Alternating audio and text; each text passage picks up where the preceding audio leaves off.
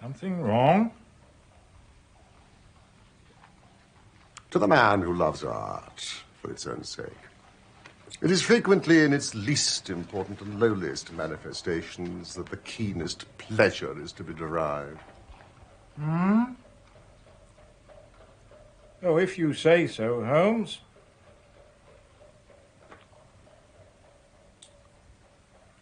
It is pleasant to me to observe, Watson, that you have so far grasped this truth, that in these little records of our cases which you have been good enough to draw up, and I am bound to say, occasionally embellished, that you have given prominence not so much to the many cause célèbres and sensational trials in which I have figured, but rather to those incidents which have given room for those faculties of deduction and logical synthesis, which I have made my special province.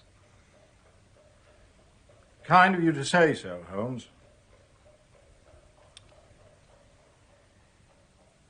You have erred, perhaps.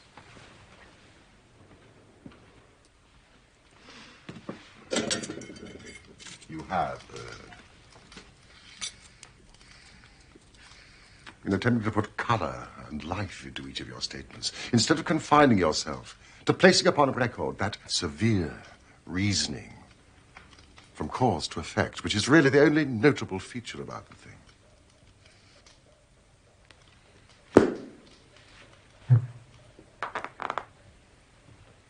You are always in a disputatious mood when you choose that pipe. It seems to me that I've done you full justice in the matter. No. It is not selfishness or conceit. If I claim full justice for my art, it is because crime is common, logic is rare. Therefore, it is upon logic, rather than upon crime, that you should dwell. You have degraded what should have been a course of lectures into a series of tales. Really, Holmes, I hardly think my poor scribblings deserve that. They have, after all, made your name a household word. Oh, sure, my dear fellow.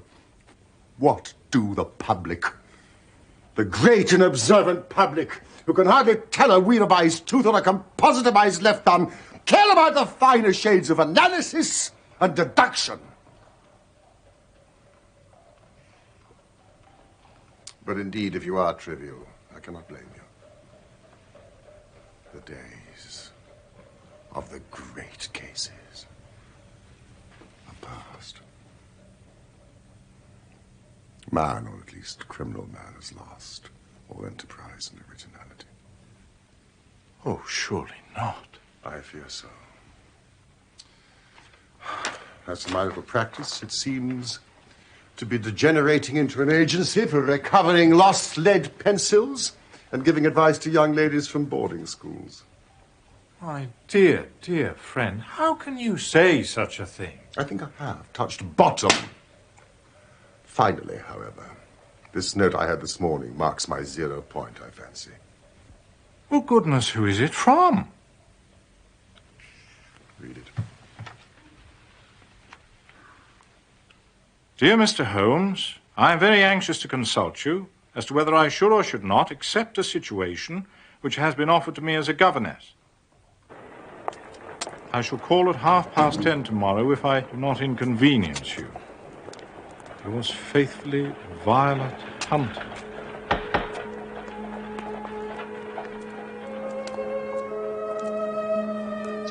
I must confess to being somewhat puzzled by the contents of your letter, Miss Hunter, since the matter on which you seek advice is somewhat outside my usual field of expertise. Yes, I'm aware of that. But you will excuse my troubling you, I'm sure, since I've recently had a very strange experience.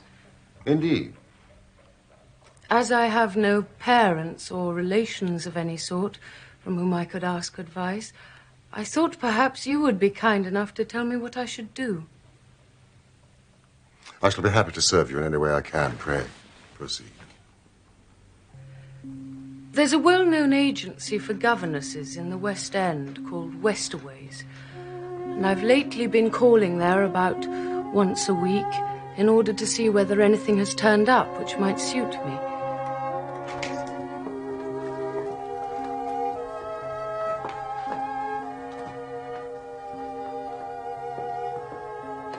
It is managed by Miss Stoper.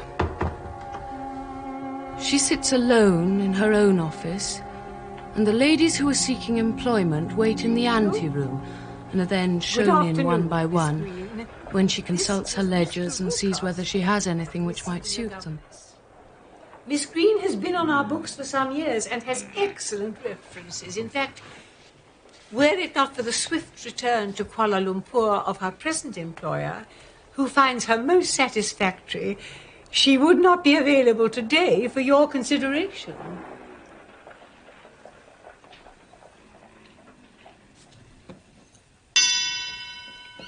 Thank you, Miss Green.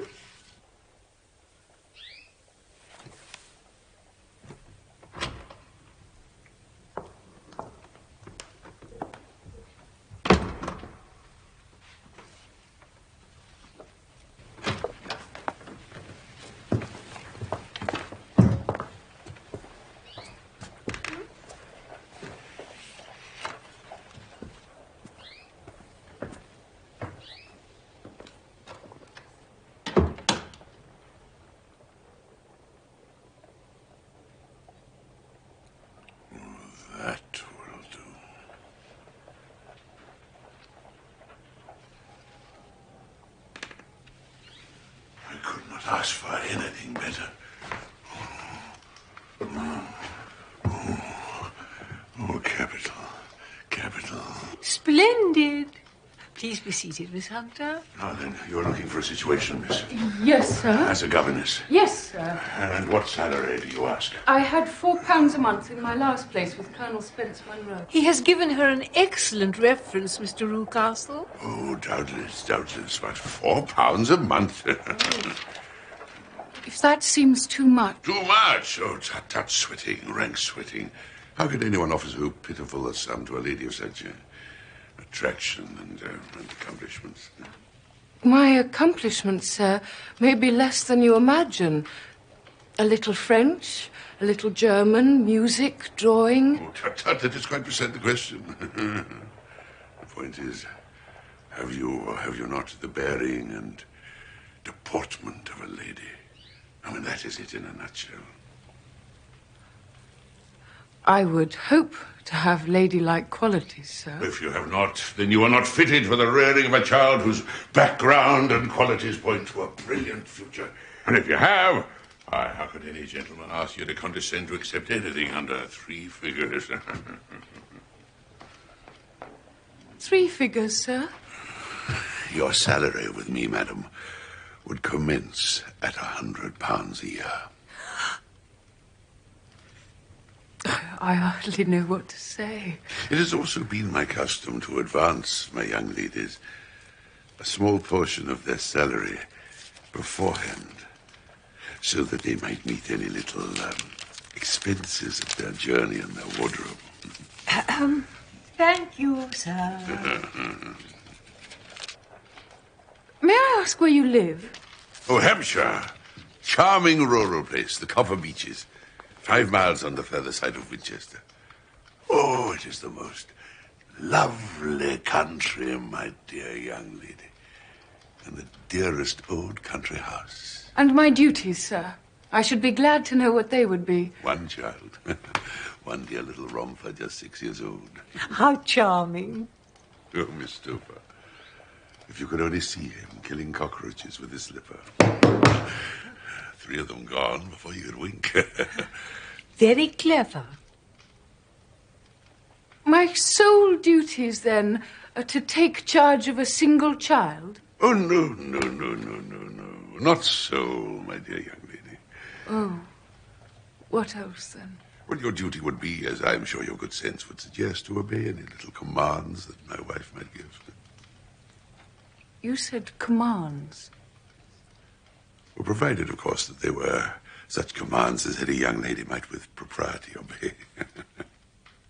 You see no difficulty? None. Whatsoever. I should be happy to make myself useful. Quite so. In dress, for example. We're fatty people, you know, Miss Hunter. Fatty, but kind-hearted. And if you were asked to wear any dress that we might give you, you'd not object to our little whims, eh? Why, no. Or to sit here, or to sit there. And that'll not be offensive to you. No. Or to cut your hair quite short before you come to us. Cut my hair. Quite short. Oh, I'm afraid that's quite impossible. And I'm afraid it is quite essential. Oh, it's a little fancy of my wife's. The latest fancies, my dear madam. Latest fancies must be consulted.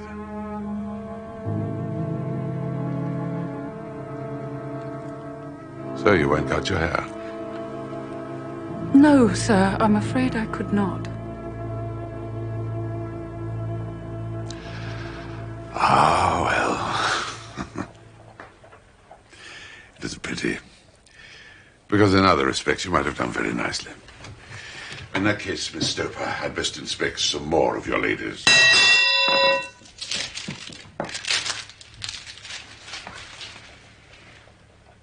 Miss Hunter, do you desire your name to be kept upon our books? If you please, Miss Stoper. Oh, really? It seems rather useless. Since you refused the most excellent offer in this fashion, you could hardly expect us to exert ourselves to find another such opening for you. I'm sorry, Miss Stoper, but my Good hair... day, Miss Hunter. Now, why on earth should he want you to cut your hair? I don't know. A very strange fad. As you may observe, Mr. Holmes, my hair is somewhat luxuriant and a rather peculiar tint of chestnut. And most artistic, if I may so observe. It has been considered so. I simply couldn't think of sacrificing it in such an offhand manner. Well, I should think not, indeed. Oh, such was my feeling at the time. The next day, I was inclined to think that I'd made a mistake. And the day after, I was sure of it. When I received a letter from the gentleman himself. I have it here, and I will read it to you. Dear Miss Hunter, Miss Stoper has kindly given me your address, and I write from here to ask whether you have reconsidered your decision. We are willing to give £30 a quarter, or £120 a year, so as to recompense you for any little inconvenience which our fads may cause you. And your hair? He is insistent.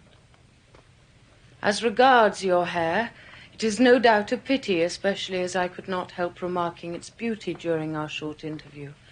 But I am afraid I must remain firm upon this point, and I only hope that the increased salary may recompense you for the loss. Will it? My mind's made up that I will accept the offer. I thought, however, that before taking the final step, I should like to submit the whole matter for your consideration. Well, my dear Miss Hunter, as your mind is already made up, the matter is settled. But if at any time you should find yourself in any doubt or danger... Danger? What danger do you foresee? It would cease to be a danger if we could define it. But at any time, day or night, a telegram will bring me down to your help. Then that is enough. I shall write to Mr. Rucastle at once and go down to Hampshire quite easy in my mind now. Oh, thank you.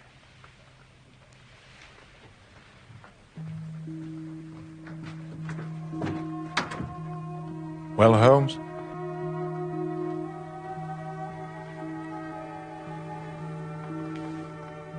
I should allow no sister of mine to accept such a situation.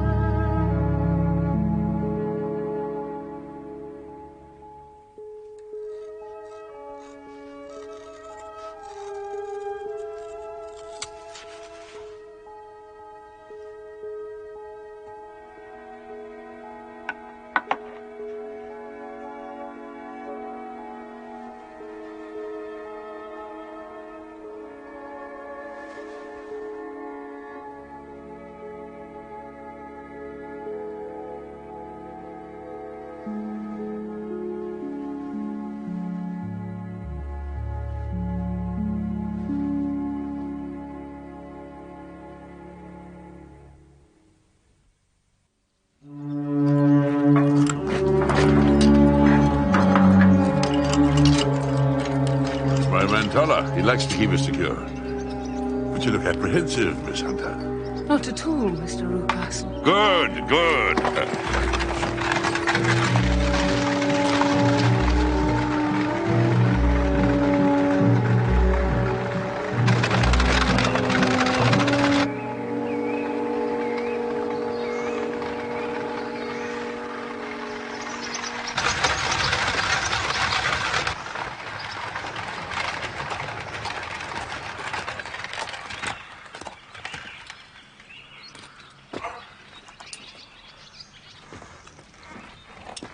You must be Edward. I have looked forward to meeting you. Master Edward, this is your new governess, Miss Hunter. Oh, I see you have a present for Miss Hunter. Oh, well done. Good shot. Copper Beeches, Mr. Rucastle. Oh, dead, Miss Hunter. Mostly dead.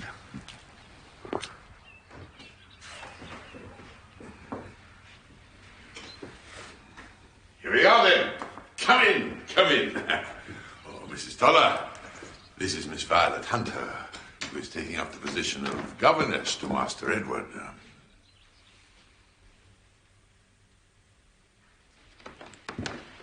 How do you do, Miss Hunter? Your room's all ready for you. Thank you. Come along now, Toller. Fetch the trunk. Oh, Miss Hunter. After you're refreshed from your journey, I'll take you on a tour of the Copper Beeches.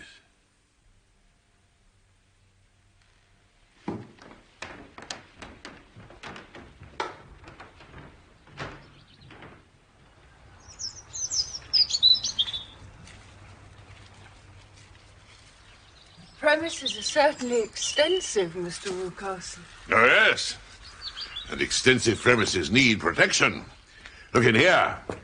Isn't he a beauty? Don't be frightened, Miss Hunter. It's only Carlo, my mastiff. I call him mine. But in fact, Toller is the only man that can do anything with him. He lets him loose at night. And God help any trespasser he lays his fangs upon. We feed him once a day. Not too much then, so that he is always keen as mustard. Oh, for goodness sakes, Miss Hunter. Under no pretext, set foot across the threshold at night. It's as much as your life is worth. Come along.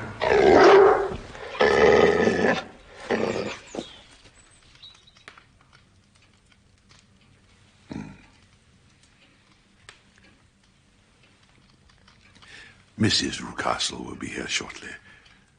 And she will tell you herself how delighted she is you are able to accept the situation. Your offer was a most generous one, sir. Though, well, I am still curious about the conditions. Our little fads and fancies, you mean? Yes. Oh, they're nothing at all. My wife is very fond of a particular shade of electric blue. And she would like you to wear such a dress indoors in the morning. But I do not have such a dress. Huh? But we have one. As to sitting here or there or amusing yourself in any matter indicated, well, that need cause you no inconvenience needed. No.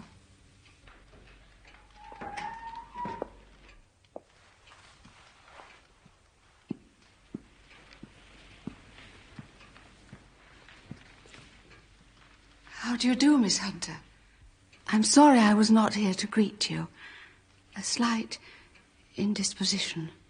I trust you are feeling better now. Much better, thank you. I was just telling Miss Hunter about the blue dress. Yes. I think it would fit you very well.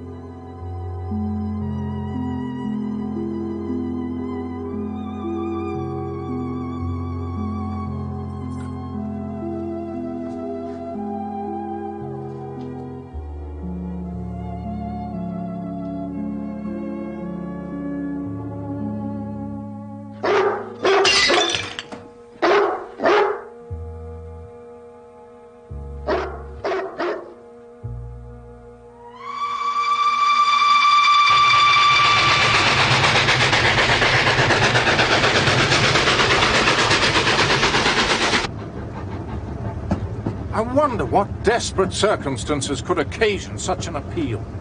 I have devised 7 separate explanations, each of which would cover the facts as far as we know them. Oh. And which one do you favor, Holmes?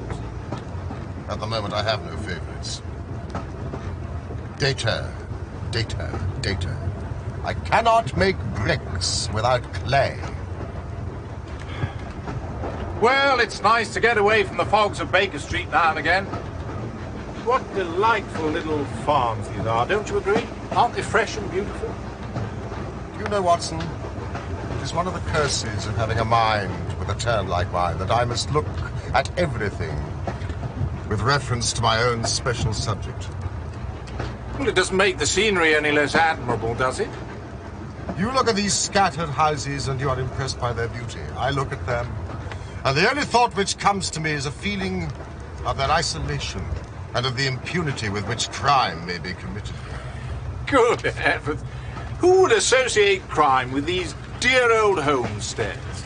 They always fill me with a certain horror. It is my belief, Watson, founded upon my experience, that the lowest and vilest alleys in London do not present a more dreadful record of sin than does the smiling and beautiful countryside. Had this young lady who appeals for us for help gone to live in Winchester, I should never have had a fear for her. It is the 5 miles of country which makes the danger.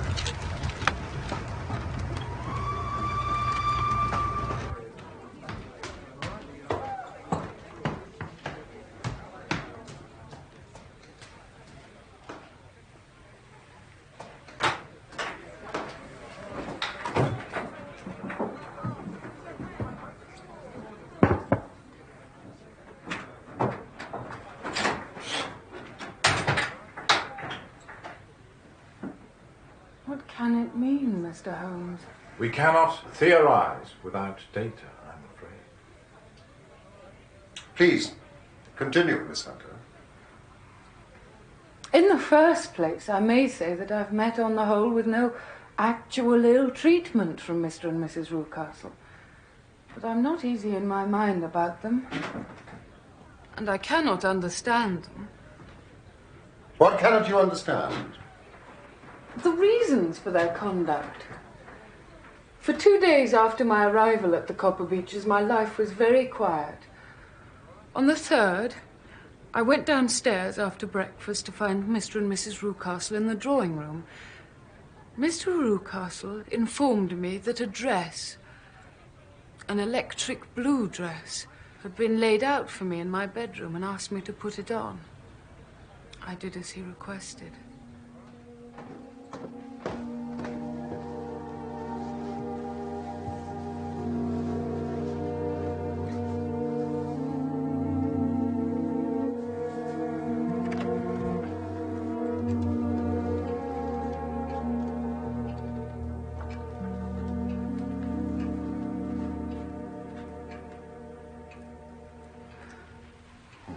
Superb, Miss Hunter. Oh, quite superb. Or do you not agree? Could not be a better fit. Not if you had been measured for it. Oh, please be so good as to sit down, Miss Hunter. Oh, perfect. I mean, it's quite perfect. Over here, if you don't mind, Miss Hunter. There. Now, excellent. You're quite comfortable. Yes, thank you.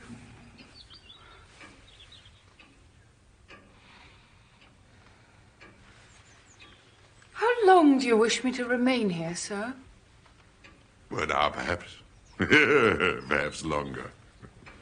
An hour. But not, I assure you, an hour of tedium. Let us see how we can best entertain and divert you. Do you enjoy funny stories, Miss Hunter? Why, yes. Oh, then I shall tell you some. And all of them, I assure you, absolutely true. Let me tell you about George, our verger. He is the most extraordinary character. Well, it seems somebody wanted to find his way to Winchester. And George, well, I mean, he really is such an eccentric. You might mistake him for a scarecrow. I mean, his legs are all asplay. His arms always thrust out like this. His head shaped like a turnip. And on his head, he wore the most extraordinary hats. Then Mr. Rucastle, walking up and down on the other side of the room, began to tell me a series of the funniest stories I've ever listened to. I cannot imagine how comical he was. I laughed till I was quite weary. 2 days later, this same performance was gone through again.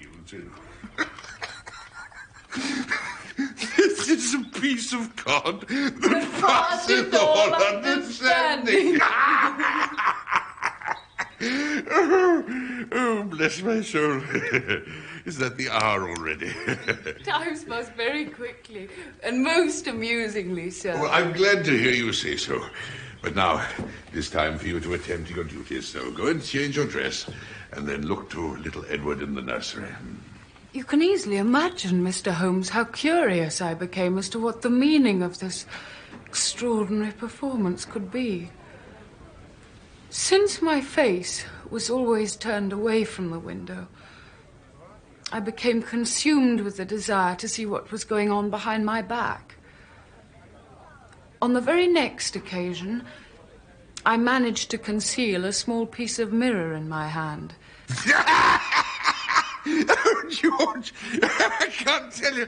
I mean, you think... In the midst of my laughter, I raised my handkerchief to my eyes and was able, with a little management, to see all there was behind me. Very, very upright man, very upright. There was nothing. Sure of himself. George didn't like it. At least that was my first impression. Tiny bit. I told the fella he wanted At to... second glance, however, I perceived that there was a bearded man leaning against the railings which bordered our field and was looking up earnestly at the house. I lowered my handkerchief and glanced at Mrs. Rucastle, to find her eyes fixed upon me in a most searching gaze. She said nothing, but I'm convinced she divined I had a mirror in my hand. Jethro? There's an impertinent fellow who stares up at Miss Hunter. Oh, does he indeed? No friend of yours, Miss Hunter? No. I know no one in these parts. Oh, dear me. How very impertinent. Quite intolerable. Kindly turn around, Miss Hunter, and motion him to go away. Surely it would be better if we took no notice. What, and have him loitering here always? No, turn around, Miss Hunter, and wave him away. Like this.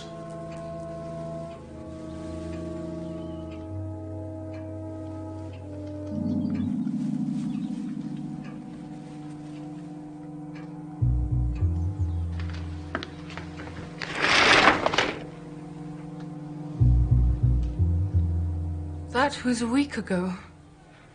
And from that time, I've not sat in the window, nor have I worn the blue dress, nor seen the man with a beard. But something else occurred. An event.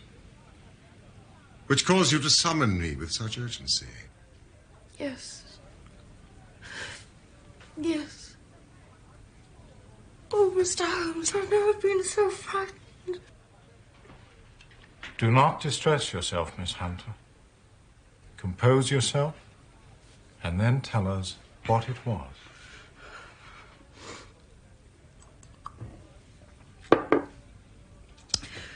There is a turret to the house which appears not to be inhabited at all. A door which faces that which leads into the quarters of the Tollers opens into the turret, but it is invariably locked. It was only yesterday that the chance came for me to pass beyond the door. Toller! Yes!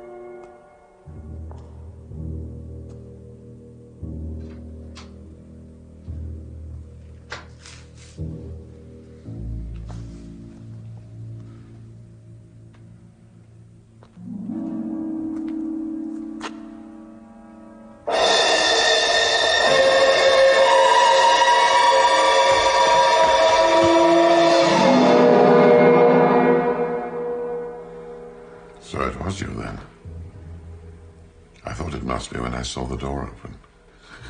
I'm so frightened. Oh, my dear young lady. Oh, my dear young lady. What has frightened you, my dear young lady? I was foolish enough to go up into the shuttered turret. You noticed it was shuttered then? Yes. Photography is one of my hobbies. I've made my dark room up there. But what an observant young lady one has come upon. It was so lonely and eerie in this dim light that I was frightened and ran out again. It's so dreadfully still in here. Only that? Why, yes. What do you think? What other reason? Why do you think I keep that door locked? I'm sure I don't know. It is to keep people out who have no business there, you see. I'm sure if I had known... Well, you know now. And if you ever set foot across that threshold again, I'll throw you to the mastiff.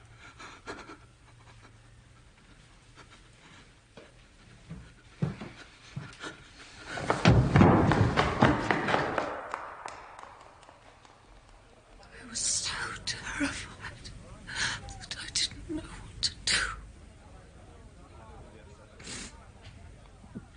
Then I thought of you, Mr. Holmes. I had no difficulty in getting leave to come to Winchester this morning, but I must be back by 3 o'clock, for Mr. and Mrs. Rucastle are going on a visit and will be away all evening, so that I must look after the child. Now I've told you all of my adventures, Mr. Holmes. What does it mean? And what should I do? Does the unspeakable child Edward have a friend? Yes, an equally unpleasant child at one of the farm cottages. Splendid. Dr. Watson and I will arrive at the Copper Beeches at 4:30 precisely. But before then, there are one or two things I should like you to do. I would not ask this of you, Miss Hunter, if I did not think you were quite exceptional.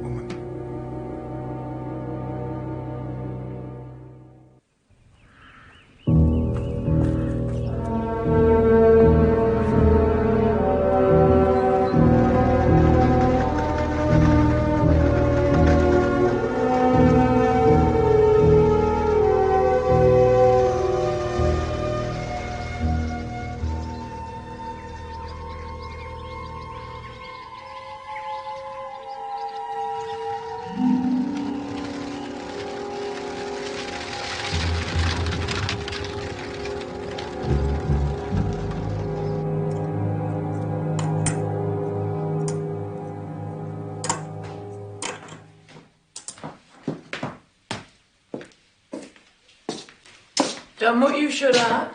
Right.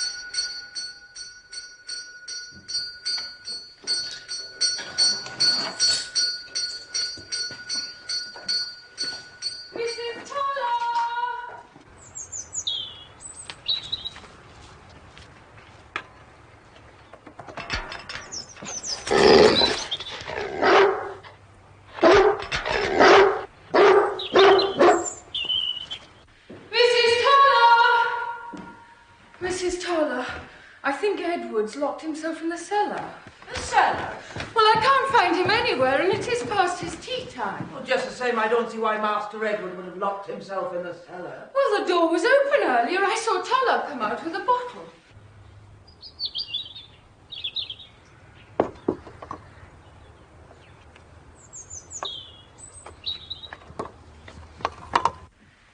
Perhaps he went down to look for cockroaches.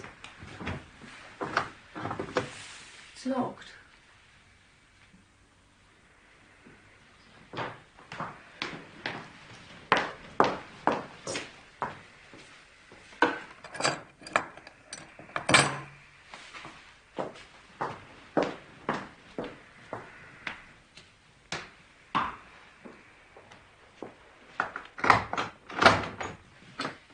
There you are, miss. After you.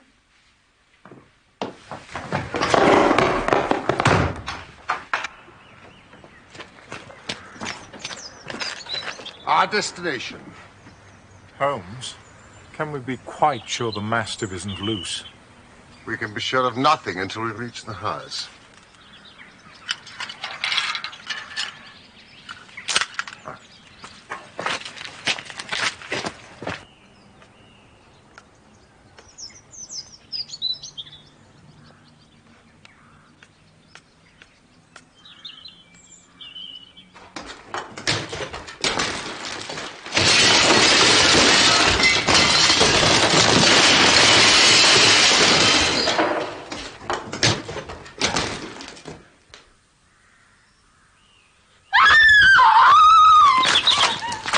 God, what was that?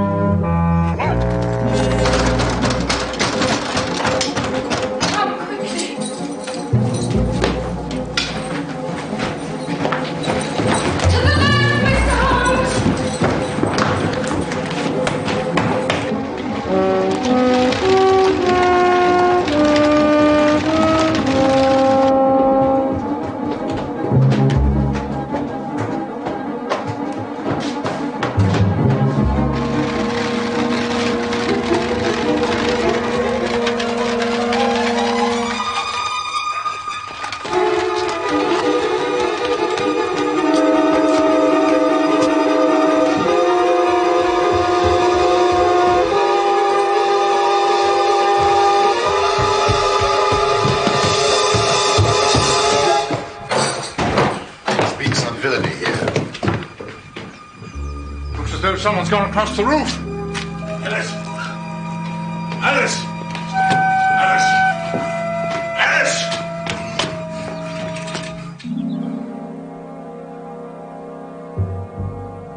Alice?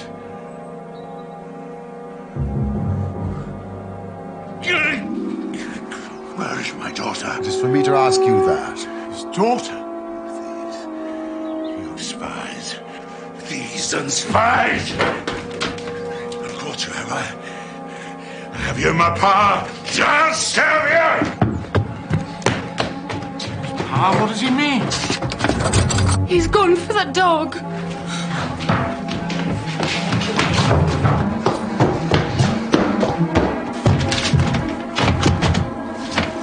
Watson.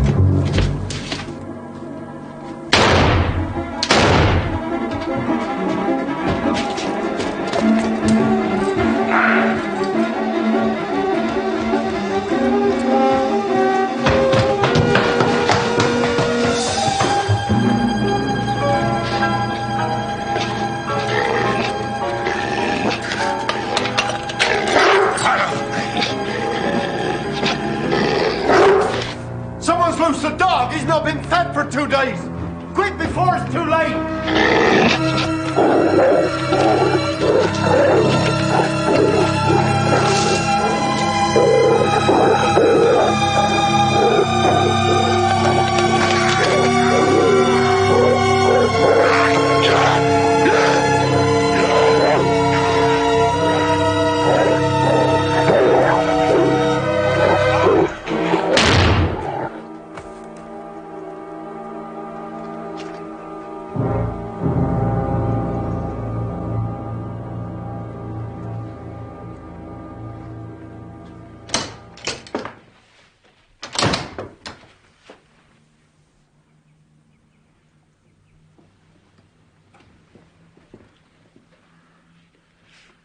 still unconscious.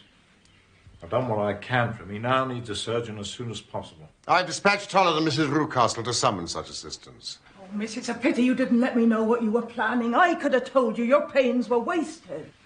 It's clear Mrs. Toller knows more of this matter than anyone else. Ah. Well, yes, sir, I do. And I'm ready enough to tell you what I know. But if there's police court business over this, you will remember I was Miss Alice's friend. Miss Alice? Mr. Rucastle's daughter. By his first marriage. Ah, the mystery of the shuttered turret. Mrs. Toller, please sit down. Now, tell me all you know. Well, she was never happy at home. Miss Alice wasn't. From the time that her father married again. She was slighted, like, and she had no say in anything. But it didn't become bad for her until after she met Mr. Fowler. And pray, who is Mr. Fowler? Why, he was Miss Alice's young man. You might have seen him. Hanging about. Out in the road by the field. Yes. And how did Mr. Fowler's involvement bring Miss Alice to her distressing circumstances? Well, as far as I could learn, Miss Alice had rights of her own under her late mother's will. But she was so quiet and patient, she was. She never said a word about them, but just left everything in Mr. Rucastle's hands. Well, he knew he was safe with her, but when there was a chance of a husband coming forward, who would ask for all that law would give him, well, then her father thought it time to put a stop on it. He wanted her to sign a paper so that whether she married or not, he could use her money. Well, when she wouldn't do it, he kept worrying her, till she got brain fever. For 6 weeks, she was at death's door. When she got better at last, worn to a shadow and with a beautiful hair cut off, he moved her to the turret room, where she was kept, prisoner.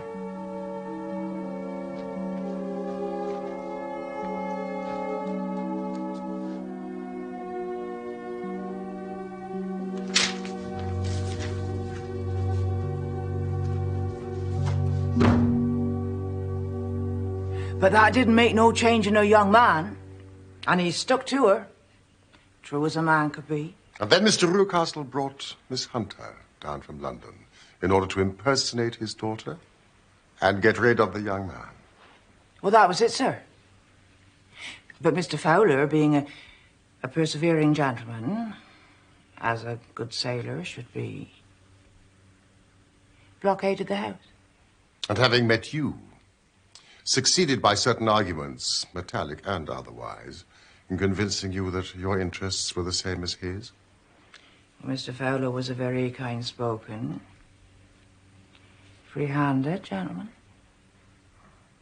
And in this way he managed that your husband should not want for drink, the gates unlocked, thus ensuring that the mastiff should remain chained, and that a ladder should be ready to assist him in the rescue of Miss Alice.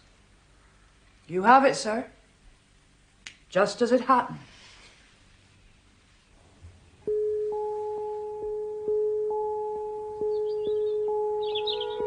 And thus was solved the mystery of the sinister house called the Copper Beeches. Mr. Rucastle survived, but was always a broken man, kept solely alive for the care of his devoted wife. They still live with their servants, who probably know so much of Rucastle's past that he finds it difficult to part from them. Mr. Fowler and Miss Rucastle were married by special license, and he now holds a government position on the island of Mauritius.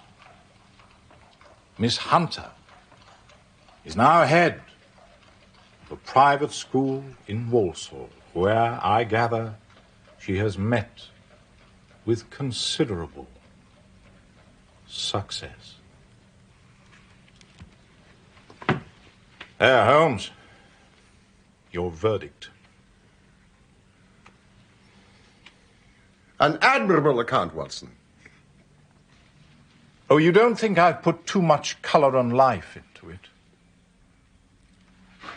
Oh, my dear friend, I humbly defer such considerations to your excellent literary judgment.